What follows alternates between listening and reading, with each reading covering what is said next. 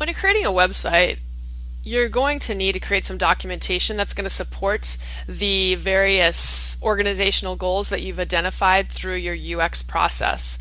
One of the first things that you're going to need is going to be a sitemap. A sitemap can be created right at the beginning of a project. It can be created in parallel time frame as your UX process, or it could be created after you've done some of your initial UX. Either way, a sitemap is something that is going to be indispensable to you and the rest of the team as you work on a project. A sitemap is basically a visual representation of the pages within a website.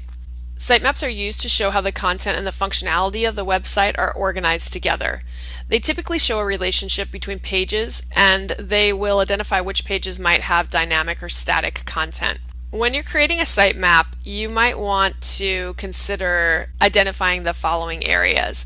If your site has some sort of restricted content or requires a user to register to get into a portion of the site, you might want to communicate which pages are available to the users right away and which are going to be unavailable until someone has signed in. A static page is simply a page like an About Us page where the content isn't going to be regularly changing and certainly not going to be changing by user input.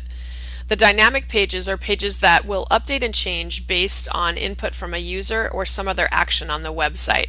It's really nice when you're creating a sitemap to identify which pages have static content and which pages will be dynamically generated. This is a quick example of a sitemap. You can clearly see the hierarchy relationship between the various pages within this sitemap. We have the home page, and it links to the top tier section of the website. This is the top tier navigation and pages of the website. They in turn break down into subsections, and you can see by these little lines how the path to how a user could actually get down to one of these bottom tiered pages. I'm looking at this sitemap example in a program called OmniGraffle Pro.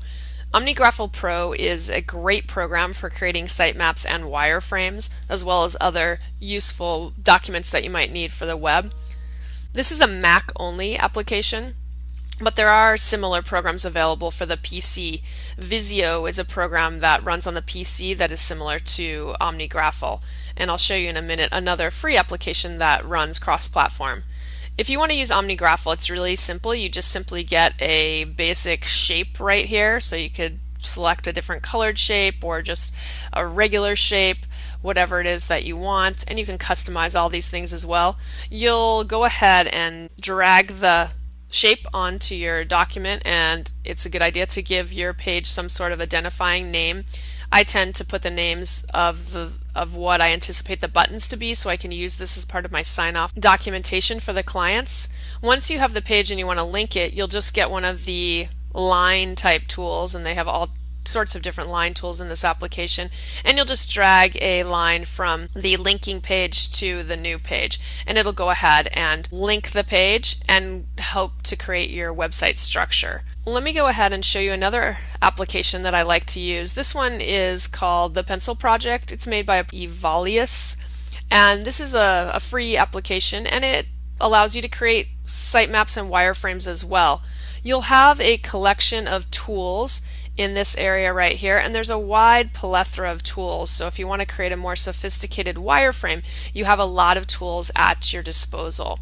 If you want to create a sitemap, you could just start with some of the basic shapes. So if I drag out a rectangle and give it some sort of identifying name like home, and I'll just drag out a couple of other rectangles, and we'll just call this one page 1, and I'll drag out one more, and we'll call this one page 2. I can then link the pages by using the free line or the straight line tool.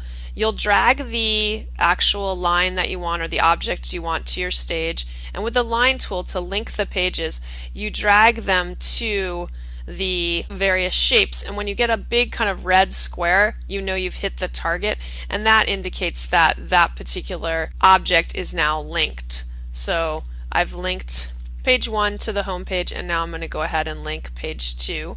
So I need to get right on my target, and then as I drag this, I'll look for that big red square. Once the pages are linked, if you move them around, they'll update so that the flow of the site will remain consistent as you go about creating your sitemap.